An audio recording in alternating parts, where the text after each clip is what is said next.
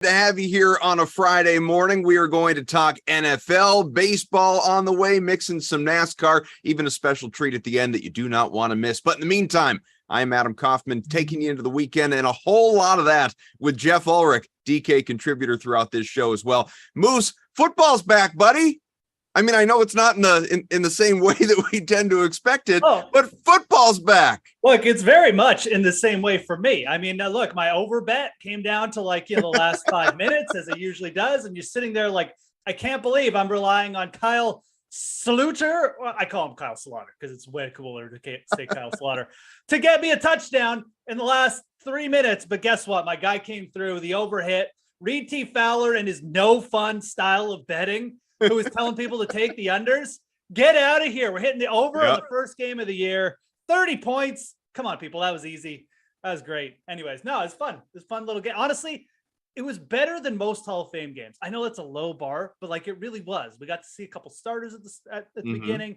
We didn't have 6-round draft picks. I think there was only one. And at quarterback, we had guys we knew. So it really wasn't that bad in terms of the Hall of Fame standards, which, as I mentioned, really low. So we'll get to some of those guys and the starters that did play, but just, watching that game, if there was one thing that was really abundantly clear, Jeff, and this is just me sort of feeding into the narrative too, Josh McDaniels, he is the new head coach of the Raiders.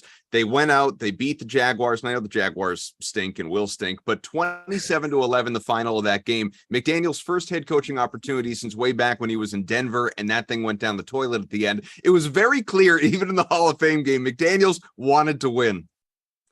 Hey, what? I mean, you could see, I think the Patriot influence was very, very evident in the first game. The starters were out there. I mean, there were starters out there. Sans, Derek Carr, and Devontae Adams. You had guys like Josh Jacobs playing significant snaps. Josh Jacobs was on pace for 25 first half touches at one point. So I think it kind of speaks to a little bit of how Josh McDaniels is going to be approaching the year, specifically at running back, I think, and just really that Patriot influence of, you get better by executing, and you get better at executing by practicing in real life game situations. And you don't really worry about, wear and injury. That stuff happens anyways. So yeah, I think you very much saw the Patriot influence in this preseason game by Josh McDaniels. And yeah, he probably does want to win. I mean, I think that had something to do with it too. It's new team trying to set the tone, which is smart. A complete different page on the other side. Doug Peterson, a veteran head coach. He's had a lot of coaching opportunities. He's got the Super Bowl in the back pocket. He approached it like you think a veteran coach would, of it's the Hall of Fame game.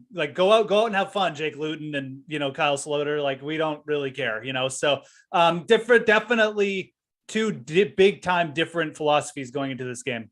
If there's one thing that is abundantly clear from that Patriots influence that you alluded to, it's that running backs are a dime a dozen. So yeah, if something does happen with Josh Jacobs, you don't want it, but sort of so be it. We'll get a free agent off the street and he'll probably come in and be okay as long as he's 24 years old. But yeah.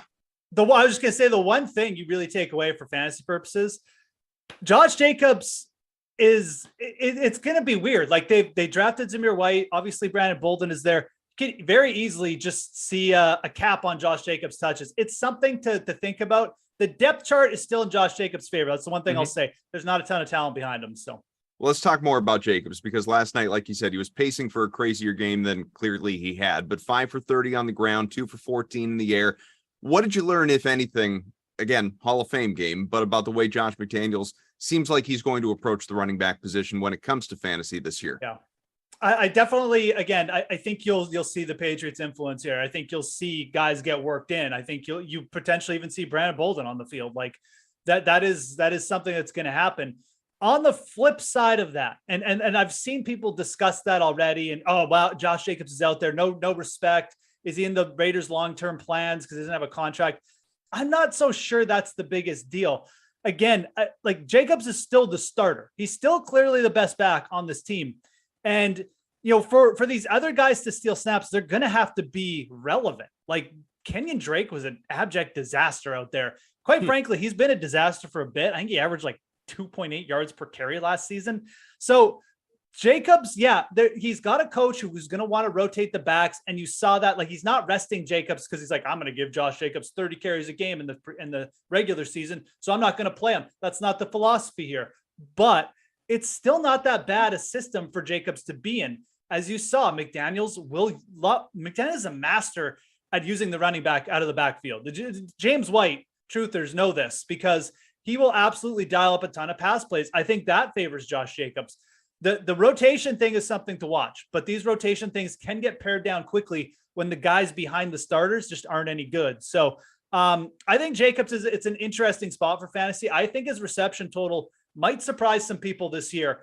It's where he's going in fantasy football drafts, like, below the 5th round. I still think he's actually pretty good value, even if he is in some kind of rotation, because realistically, everyone, outside like the 3rd round has warts on them for a running back pick in fantasy.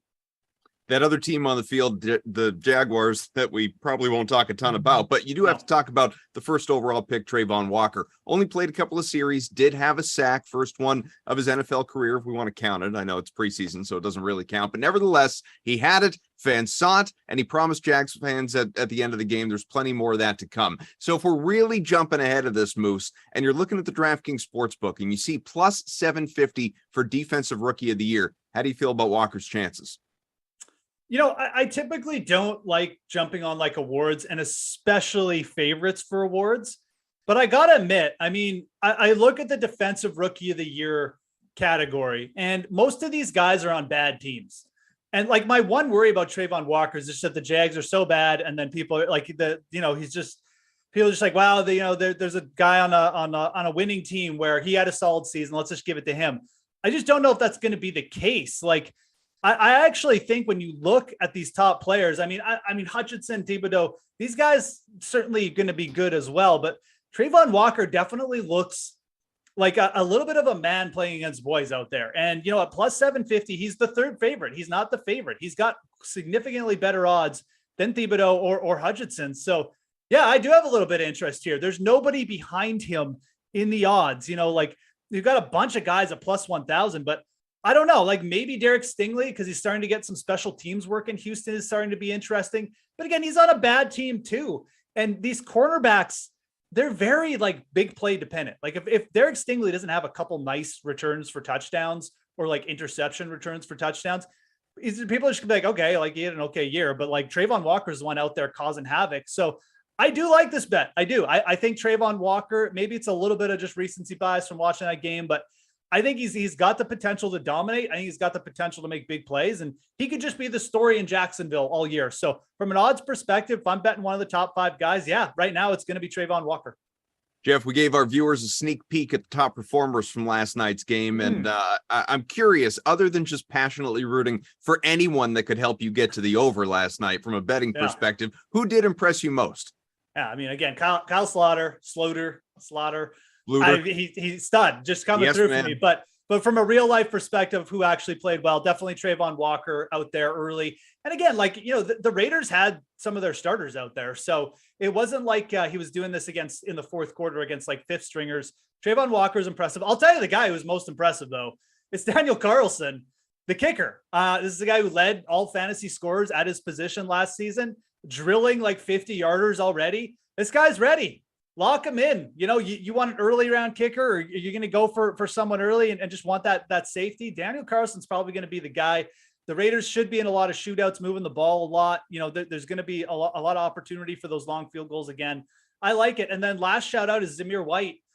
Significantly outplayed Kenyon Drake, who I already mentioned was terrible. I think Zamir White is actually a very interesting late round pick too. If you're going to play the kind of handcuff role or like a 0 RB build in best ball formats, you should be taking a look at Zamir White. This guy could be going up the depth chart quickly. He might just be one Josh Jacobs injury away from being having a pretty significant role. You had mentioned the Patriots a few times, and watching that thing until Jarrett Stidham came on the field, I completely forgotten that he was even a Raider at this point. 3rd most fantasy points. You saw it on the graphic in that game. He ran for a touchdown. Who disappointed you the most? Yeah, and Stidham almost like he made my like shout out lists. I think Stidham was okay. He had like the first play of the game was absolutely ridiculous, where the ball slipped, it went up in the air, and Keelan Cole caught it for like a 40-yard gain. But other than that, he was pretty good. He showed his versatility. He's definitely got the edge with McDaniels. And I'll like Nick Mullins, his numbers don't look terrible, but like he wasn't very good out there. I think they kind of pulled him early because he wasn't playing well. So Nick Mullins deserves like a shout out for potentially like losing the backup job here, or like at least getting behind the 8 ball early.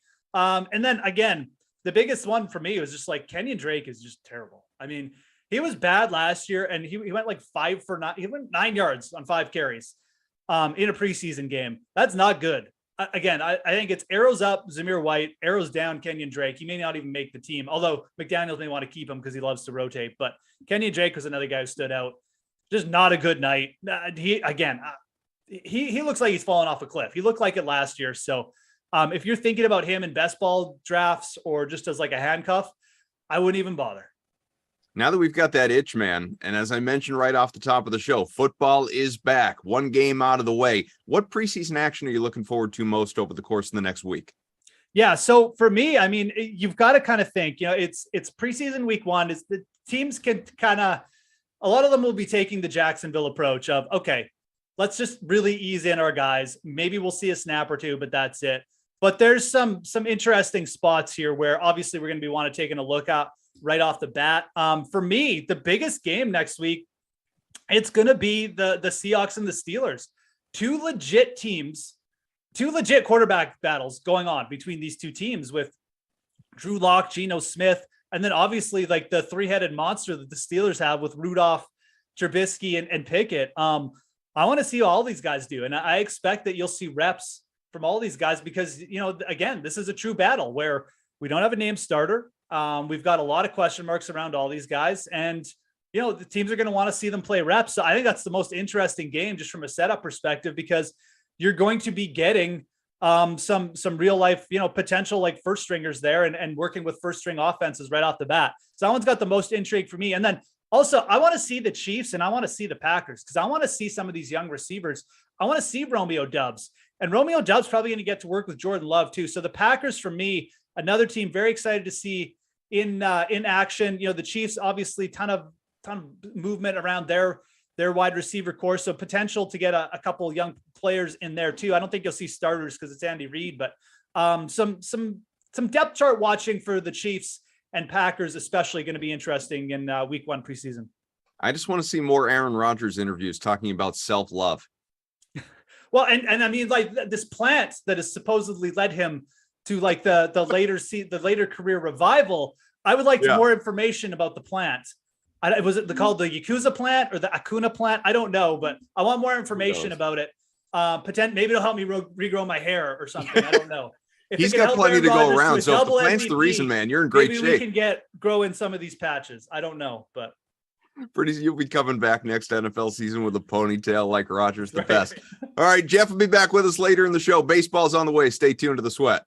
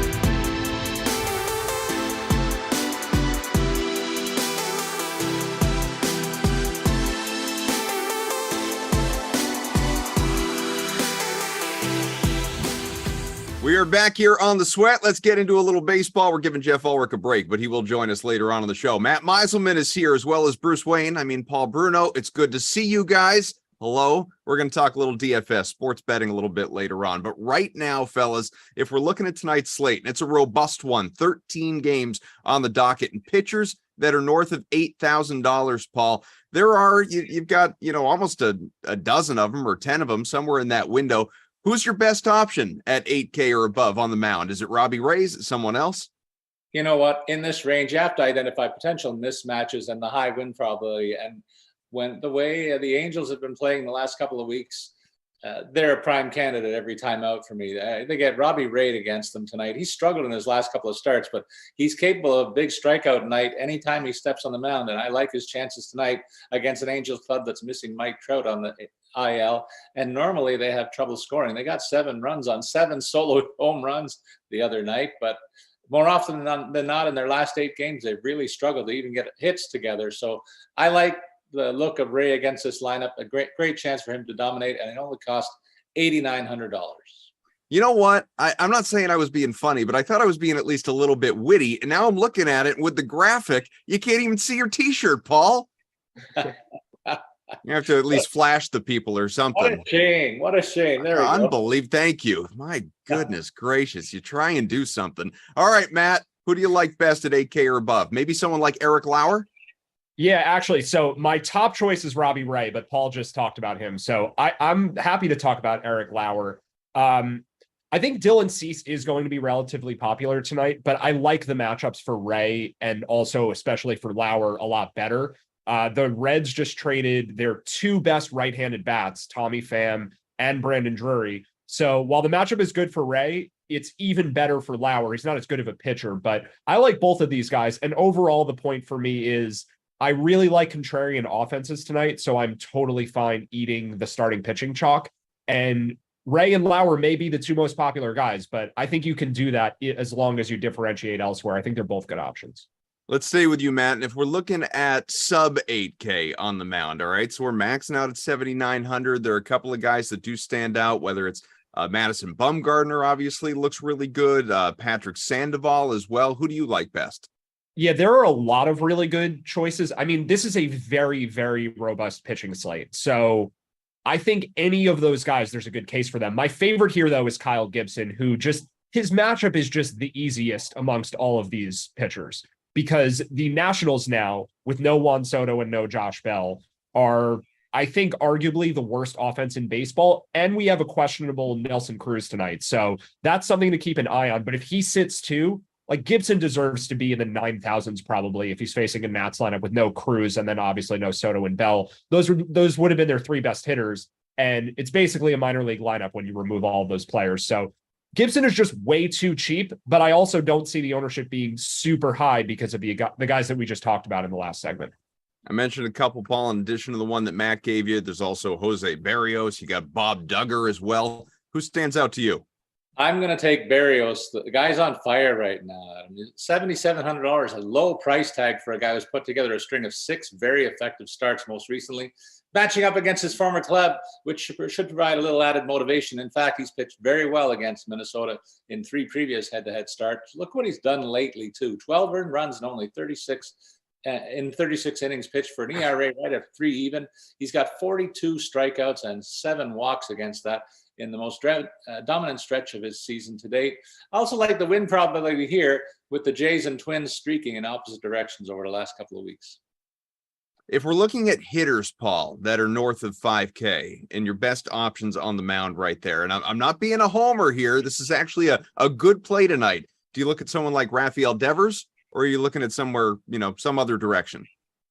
You know what? I try to find a hot slugger against a pitcher who hasn't pitched very much, and that's the matchup I see for Rowdy Tellez, costing $5,100 tonight against the aforementioned Robert Duggar in a Cincinnati lineup that probably won't support him with too much offense. So I like Milwaukee in general over Cincinnati big time tonight. The Brewers' first baseman's been on a real tear of late. I expect him to pad his stats. Not only is he hitting for power recently, but he's also got 4 multi-hit games over his last 7 starts. And I take the streaking slugger against the inexperienced pitcher every time. How about a big slugger for you, Mice? Yeah, so I'm going to take the guy who has been in the news for switching teams lately. That's Juan Soto against Tony Gonzalez. And I've been harping on this for a few weeks now. Gonzalez is the most overrated pitcher in baseball by a mile. He had an ERA below 2.0 for the first half of the season. He's up to 2.4 now after having 4 bad appearances in a row. One of those was the All-Star game, so maybe we just don't count that one. But 3 bad starts in a row in the majors, one of which was a home start 10 days ago against Juan Soto and the Washington Nationals. He gave up 4 runs in that start. And overall, I think Gonzalez a fine pitcher. Like he's average. But the fact that he was getting any Cy Young consideration is it's just so off the mark. And I still think the fact that his ERA is this low is going to mean that people don't look to the Padres. So my favorite hitter tonight is Juan Soto. My second favorite hitter is Manny Machado. My third favorite might be Josh Bell. Like, I really, really like this spot for the Padres. I don't think anyone's going there. So that's part of the reason I'm fine just, playing a popular Robbie Ray, popular Eric Lauer, Kyle Gibson, because I think if you play a Padres stack, you're just way different from everyone. Matt, if you're eyeing a hitter that you want to put in your lineup that is sub 5K tonight, so the other end of the spectrum that we've been talking about here, rather than throw out a specific name at you, I'll go with a team. Is it going to be an Oriole? It's not, because I think too many people will be on the Orioles. So I think that they're underpriced for sure, but I actually like the rest of the Red Sox besides Devers. Devers, I do like too, but he's over 5K, so he doesn't count here. And I also think a lot of people will be on him with the platoon advantage versus Zach Greinke. But Greinke is a guy who, well, one, he's not good anymore, but 2, he's a neutral bordering on reverse splits pitcher as a righty. So right-handed hitters should be just fine against him. So Tommy Pham, 4,800, I think might be my favorite sub 5K outfielder. And then I'll throw in Xander Bogaerts too at 4,700. Like, I really like the Boston righties tonight, and I'm not sure too many people will be looking there. What about you, Paul? I'm looking at Miguel Cabrera, costing only $2,400. You're going to go deep into the bargain bin here, but I like the matchup that he has against Corey Kluber and the Rays tonight. The veteran slugger, clearly on the late stages of a long Hall of Fame worthy career, no doubt. And while his season totals are south of career norms, they're still above league averages. And he has a couple of things really in his favor tonight. First of all, Kluber has not fared very well in recent matchups against the Tigers. So it looks like the team has a pretty good book on him. But I also look at the career head-to-head matchups when it's a significant number of at-bats. And 72 at-bats is significant in my opinion. He's got 26 hits, including 6 homers and 10 extra base knocks for an OPS of 106 and a batting average of 361. Those are pretty solid numbers against Kluber in what I say is significant enough for me to spend the $2,400 on him tonight. I have to ask you, Pablo, are you wearing the shirt in solidarity with Warner Brothers, pulling the plug on Batgirl? What is it? You know what? I didn't mind the Batgirl inclusion in that whole series, but I'm loyal to the Bat. I mean, I even have aftershave, Batman aftershave, and socks. It's crazy. I'm a nut for the Bat. You're actually looking at the Batcave right now, folks. This is where he's got all these leather-bound books. He's he's in the cave. Alfred's upstairs. All right, guys, thank you very much. More baseball sports betting talk a little bit later on. When we come back, it'll be NASCAR here on The Sweat.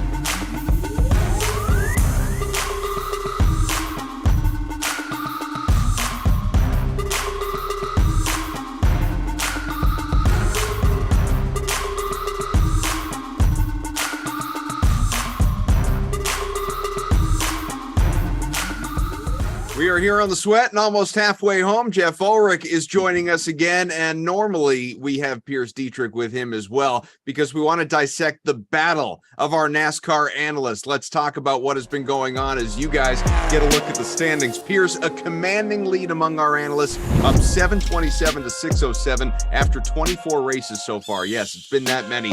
Pierce's pick at the Verizon 200 last week was Chase Elliott, who scored 20 fantasy points thanks to an 8th place finish. Jeff, your guy Daniel Suarez finished 28th, scored a -2 points, so not as good, obviously, and that's why you're facing that backwards now. But this week there's no Pierce for you, Jeff. So we're going to give you a chance to gain some ground. Just don't pick a guy that scores negative points, and obviously you won't be hurting yourself. But we're going to talk about the Firekeepers Casino 400 that is coming up here in the in Michigan International Speedway.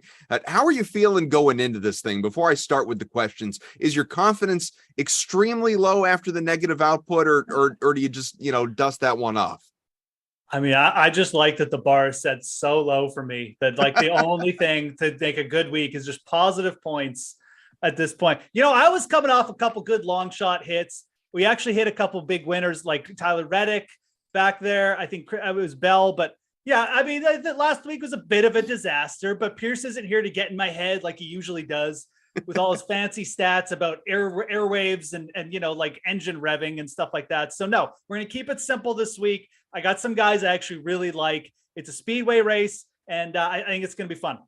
All right, well, we will get your pick at the end of the segment. Let's keep people in suspense. First, from a DFS perspective, what do you think of the track here in Michigan this weekend? Yeah, so again, it's Michigan International Speedway, a large oval track, big speedway race. It's going to be, like a couple wide out there. It's usually a little bit crazier. Some good comparables are, back there at a couple races that we've already had: Atlanta Motor Speedway, Charlotte Motor Speedway. So like the Coca-Cola 600, Folds of Honor, a couple races you can look at. This race has tended to be dominated by like the Penske team. I mean, I think they've won 7 in a row here now. So I don't know how much that'll carry over this year. Got the next gen car and things like that. And obviously there's turnover, but it's something to keep in mind. This has been a race that's been dominated by Penske drivers. So it's an interesting little factoid, but yeah, a little bit different. It's obviously not the street style race or anything like that. So you can look back at some comparable tracks, some of those other big speedway races. Typically, some of the drivers will just do a little bit better on these ones, but these races also tend to just be a lot more variable and just a lot more like, crashing and guys moving up and down. So it's probably a good week for me to lay off the big favorites, the guys who are, shorter than 10 to 1 in the odds, especially for betting and even for DFS. Like I'm looking at it and I really don't hate like bypassing the 10K range, although we will talk about it, but it's one of those weeks where I think you can get a little bit fancy with the DFS construction and in the betting, definitely guys at like plus 1,500 on DraftKings Sportsbook and back that I think are very, very live this week to hit. Pierce's pick last week was Chase Elliott. So, way to go with the chalk, Pierce. He's not here to defend himself. But this week, Elliott is most expensive guy when it comes to DFS. He's 10,900. You alluded to it. There are a handful of guys that are north of 10K. He's obviously one of them. Who's your favorite in that bunch? Yeah, and I think Elliott's clearing away the best driver this year. We've pretty much established that. He's great. He really wasn't that good last week, but again, a different kind of track. I mean, he was 33rd at the Coca-Cola 600. You go back to the Folds of Honor. He had like an okay race. He's just 6th, and that's kind of where he started as well. So Elliott's a guy I'm fine fading this week. Really am. I think if I was going up top, and again, I think you can make lineups without having anyone in the 10K range this week. I would like to Denny Hamlin or Kyle Busch. Busch has been, pretty good at this track. Just a ton of top 10s in his career. I don't think he's ever actually won this race or at this track, but you look at his results too, just going back again to these speedway results. He was 2nd at the Coca-Cola. So these are pretty good races for Kyle Busch. Denny Hamlin has been in a little bit better form. I would probably lean Hamlin over Busch if I was forced to choose. He actually won the Coca-Cola 600, but it's pretty close between these two. I do like both these drivers. And I think like one way you could get a little bit, kind of creative for DFS is maybe just stacking both of them in your lineups to begin with. If you want to go really stud heavy, I think a Busch Hamlin start probably good. Those are definitely the two drivers I'm looking at above 10K. Where should people be looking at just DFS in general? Ignore the salary. Right. Who's a good target? Yeah, and again, like I mentioned, starting below 10K. I think Martin Truex Jr. is kind of a sneaky play this week.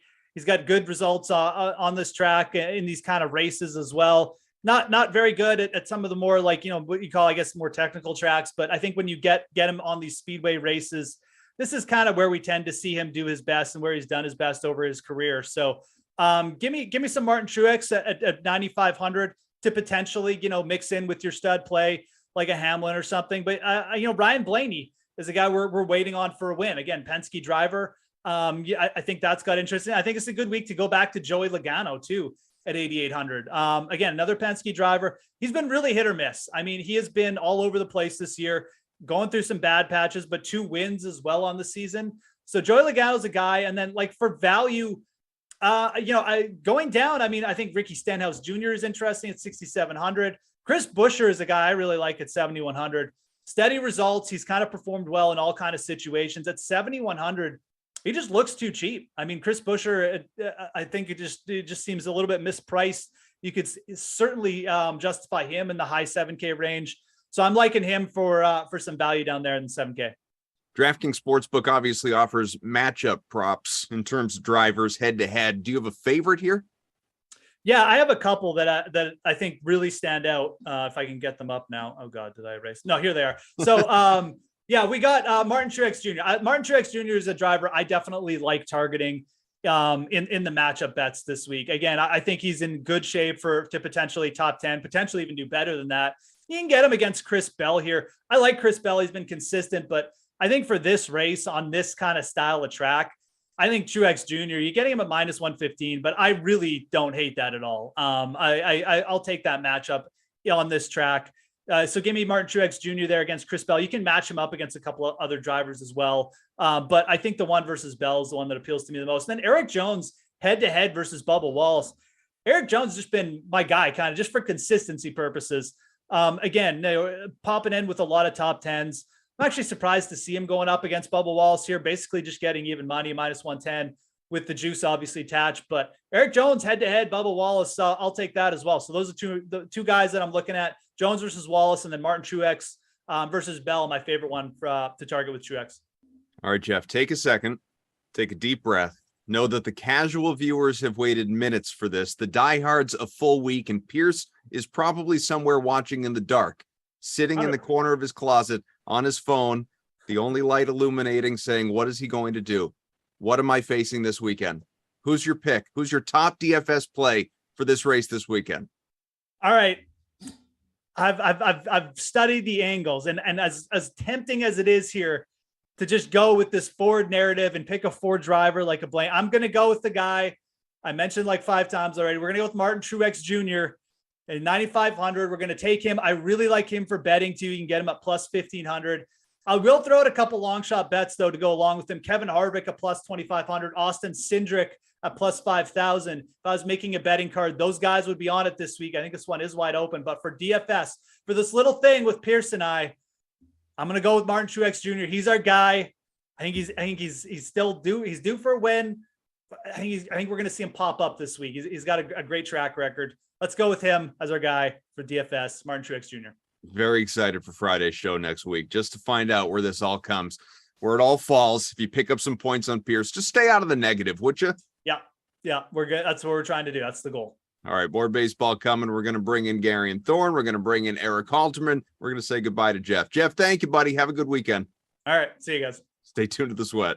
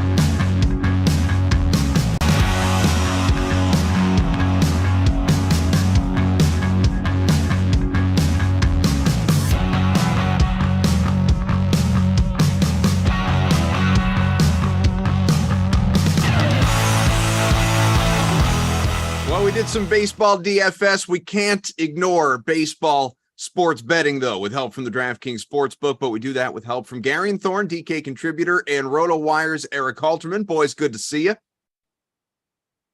Love that enthusiasm. Give me those passionate head nods. Let's take a sports book preview of tonight's MLB slate, the 13-gamer that we alluded to and discussed a little bit before with a couple other guys. Now it's your turn to impress. Garion, if we're looking first and foremost, favorite money line or run bet tonight, what is it?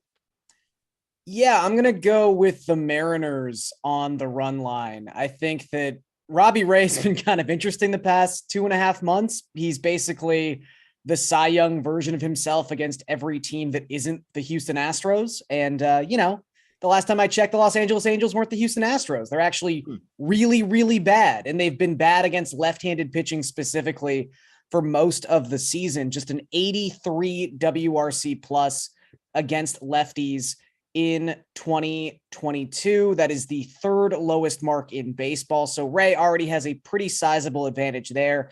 And then obviously you look at this LA lineup once you get past Shohei Ohtani. I know they hit 7 solo home runs yesterday and it was hilarious, but this is not a lineup that strikes fear into anyone, and it shouldn't for Robbie Ray. So I think Seattle's got the matchup in terms of run scoring potential. And I know some of Patrick Sandoval's recent struggles have been like BABIP related. He hasn't been pitching nearly as bad as the numbers suggest, but does have a 6.20 ERA across his last 5 starts. So I think the Mariners probably win pretty handily tonight at plus money on the run line against the Angels. See, I want viewers to know that we don't have some sort of like backdoor deal with the Mariners to talk about them and call them America's team. That's only when Bukes and Carabas are here. Gary is, this is sincere. He actually is a big believer in Seattle. Tonight, yes. Tonight, I believe in the Mariners are probably the 4th best team in the American League. I mean, good for the Mariners. Yeah. All right. What do you think, Eric? Yeah, let's go with not the 4th best team anywhere, maybe not even in their own division. With a lot of exciting big teams tonight. I think everybody wants to talk about Pirates at Orioles. So that's what we're going to do here. I like Pirates plus 130 here. They were actually, I think, plus 140 last night. So it seems like people have been liking this as well. Mitch Keller on the mound, he excited people over the winter with new velocity. It looked like, hey, maybe he's finally here. He's competent this year. That's more than we've seen in previous years. Specifically, recently, he added a sinker when he was demoted to the bullpen in mid-May. Since he's come back in 11 starts, a 3.32 ERA, got a ground ball rate over 50%. So maybe he's just a back-end starter, single baller type, but hey, at least it's something. And I think it's more than Dean Kramer on the other side, who hasn't beat an ERA with a 3.86 mark, but that's solidly above his ERA estimators. Doesn't strike guys out, doesn't walk guys at least, but he really doesn't keep the ball on the ground, just a 30.8% ground ball rate. It's not a lot in that Pirates lineup, but I think a couple of them will clear the fence and give this win for Pittsburgh here. Eric, do you have a favorite game or team total tonight on the slate? Yeah, the Yankees-Cardinals is set at 8.5, and I think that's too low. Yankees are the top team in WRC Plus this season, and Cardinals are 6th. If you look at the two teams' combined runs per game, it's 10, and even 10 this year. So it shouldn't be hard for them to get over 8.5. Even with Nestor Cortez on the mound for the Yankees, Cortez was one of the biggest surprises early in the season. In his first 10 starts, had a 1.50 ERA. Since then, he's still solid, but he's not that guy anymore, and he never was supposed to be. In his last 9 starts, a 3.86 ERA. Strikeout rate falling over or just shy of 8 points from that first stretch to that second stretch. So I think he's maybe not much more than fine. On the other side, Dakota Hudson, I don't think he's fine. 4.10 ERA.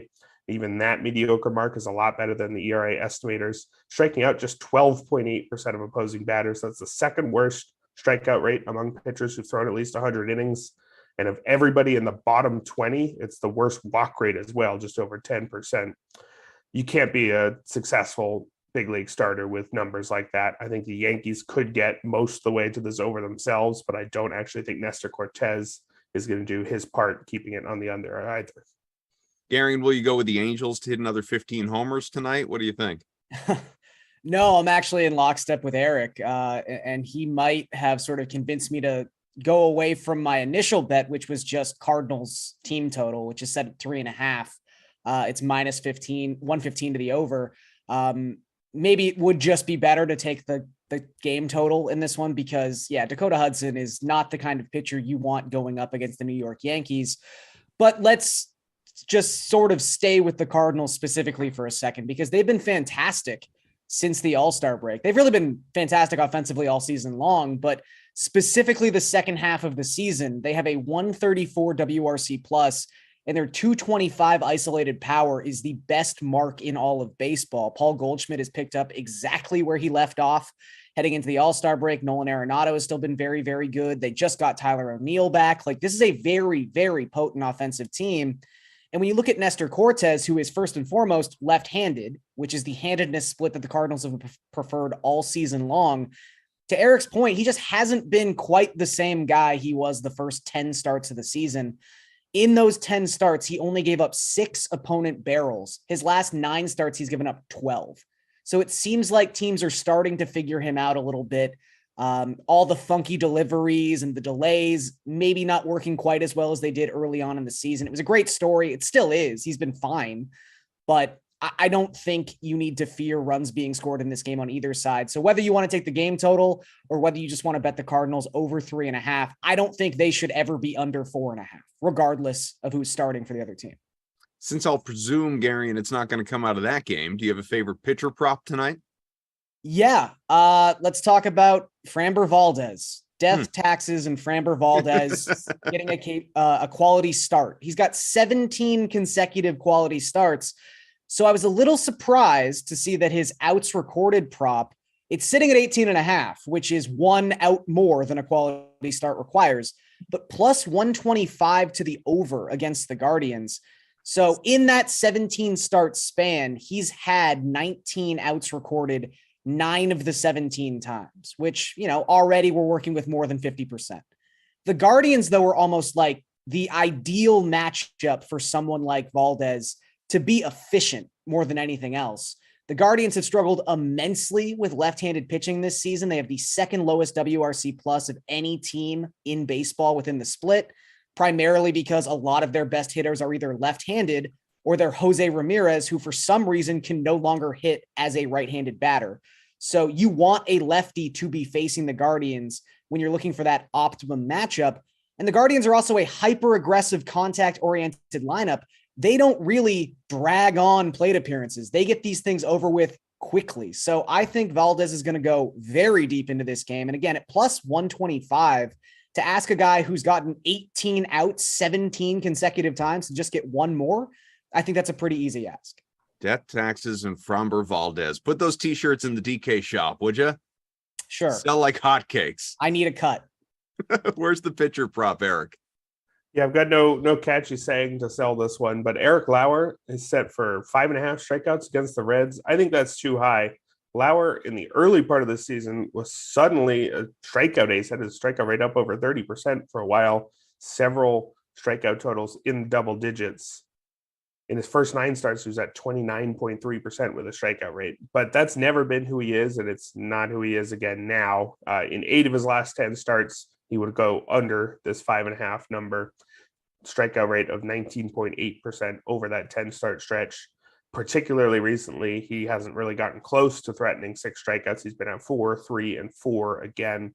So even though the Reds strike out plenty, they're the 4th highest strikeout rate in the league. And even though Lauer this season on the whole is an above average strikeout arm, that's not who he is right now, nor is it who he was before this season. So I'll go under 5.5. All right, that's the mound. How about at the plate, Eric? Do you have a favorite hitter prop tonight? Yeah, let's do a homer prop for the Phillies lefties. Normally, I like to look at these in a group more than just one specific guy because one specific guy always has fairly long odds, although Kyle Schwarber plus 215, maybe he's the one to highlight here. Also, Derek Hall plus 330, maybe even Brandon Marsh plus 550. The reason why I like the Phillies lefties homering against Josiah Gray is lefties have slugged 578 against him, and 8% of their plate appearances against him have been home runs. He's given up 10 homers also in his last 6 starts, so he's letting the ball fly over the fence. He only has a 30% ground ball rate on the season, so even though Gray is showing some things, he's a young pitcher with potential. that potential is going to come with a lot of homers, specifically against lefties, especially in a park like Citizens Bank Park. Gary, and do we know if Shohei's available? Can we just lock Shohei in for a homer or something eventful at the plate, or are you going to go somewhere else? Well, as always, the Angels same game parlay is the Tungsten O'Doyle special, which is Shohei Ohtani to hit a home run, the Angels to lose. That'll win you money 5-6 times a week. The batter prop I'm going to go with, though, is in the Dodgers-Padres game. Now, I don't necessarily like the Dodgers to win this game. I think it's going to be high scoring and highly competitive. Mookie Betts over 1.5 total bases. Betts has just been locked in since the beginning of May. He's been, if not the best hitter in baseball, one of the top 5 hitters in baseball in that stretch of time. And he's specifically crushed left-handed pitching. He has a 182 WRC plus against Southpaws this season. And Sean Manaea, another one of these guys, not quite like Nestor Cortez because he was never pitching as well as Cortez was, but had some really good starts to begin the season, even though the underlying metrics weren't amazing. And it's really caught up with him as of late. His last 8 starts, righties are hitting .310 with a slugging percentage over 600 against Manaea. That's a .413 WOBA for right-handed batters in that 8 start span. Also 2.3 home runs per 9 to opposing right-handed bats in that span of time. So I think Mookie's in a really, really nice spot tonight against Sean Manaea. 25th homer last night of this season. What about a favorite underdog for you, Garion? So I mentioned that I don't necessarily like the Dodgers. The reason for that is I'm more than willing to take the Padres as underdogs tonight. Tony Gonzalez also has not been great as of late. His last 3 starts have all been really underwhelming. You could even say his last 4 appearances have been really underwhelming because he also got roughed up in the All-Star game. So I don't want to necessarily hold an exhibition against a guy, but he just hasn't looked great the last month or so. So like I said, I think this is going to be a really high scoring game. The Padres obviously have, I would say, a better lineup than the Dodgers right now, considering just some of the things the Dodgers are going through, some of the struggles they might have. You know, Mookie's in a great spot against Manaea, but at the same time, you know, you've got Joey Gallo, Bellinger, Gavin Lux. Like, you got a lot of left-handed bats at the bottom of this lineup that I think Manaea could be in an advantageous spot against. So at plus 135, the other thing to consider, the Padres actually have the highest winning percentage as an underdog of any team in baseball this season. They're 18-14 as an underdog. This is a 56% winning rate. So this version of the Padres, I don't think you're going to get them as underdogs very often the rest of the way. So I will take an opportunity to take them as an underdog here. Eric, who's your underdog tonight?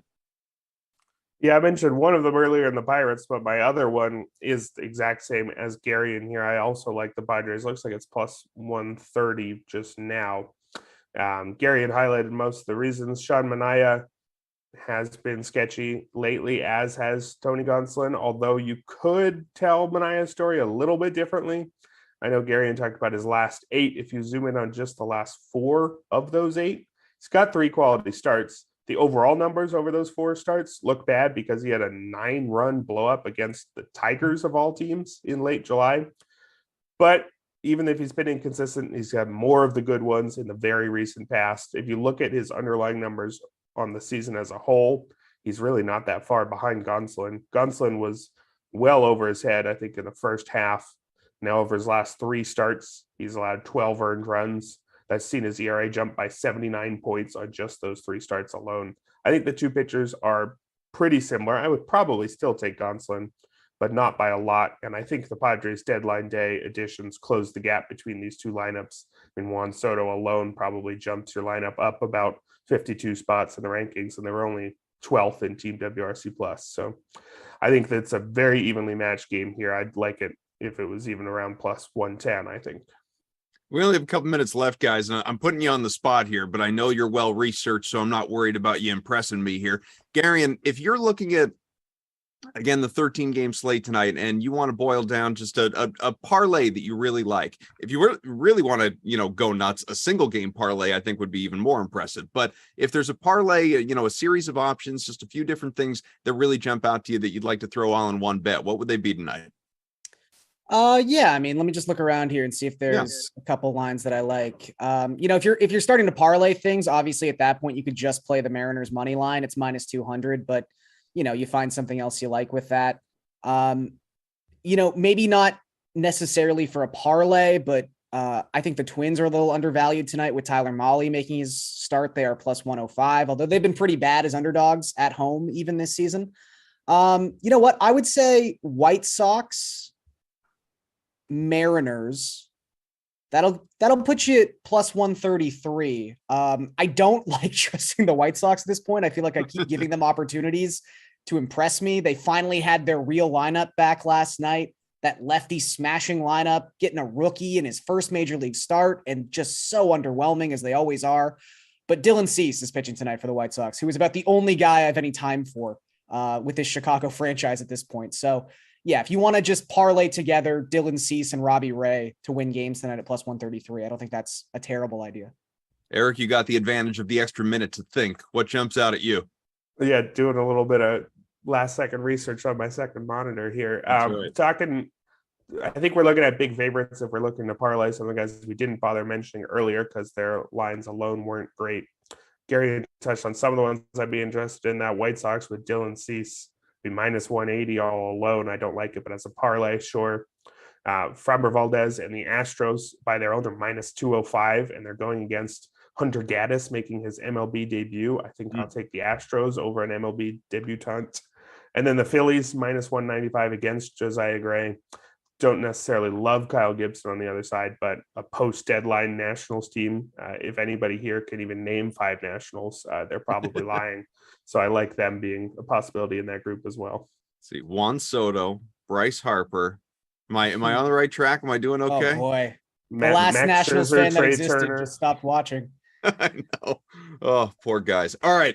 Well, thank you, gentlemen, very much, obviously, for all of your expertise. Hopefully some people will, just trail your bets and have some good luck tonight. It should be fun. Again, 13 games on the MLB docket. Some NFL behind us and a whole lot of that talk coming up next week with more preseason games and stuff to get into and starting to map out fantasy drafts. All that good stuff is coming up as well. We have a full day of Madden Sims on the way coming up at noon Eastern, just a few minutes from now. It'll be the Falcons and Ravens. So get you set. Madden 22, Madden 23 is right around the corner later on this month. So that's very exciting as well. And we want to thank everyone that was part of today's show. Of course, Moose, big part of it earlier on. We had Meiselman and Eric and Gary and Paul, great crew, and behind the scenes, Slates and T Pike. And of course, we could never forget Howie. I am Adam Kaufman. We'll talk to you again next week. The slate later on tonight after the 4:00 Madden Sim, right around 5:15 Eastern. I will be back with Lamarca and Bukes, more baseball, and maybe their NFL thoughts as well if they can stand it. We'll see you later.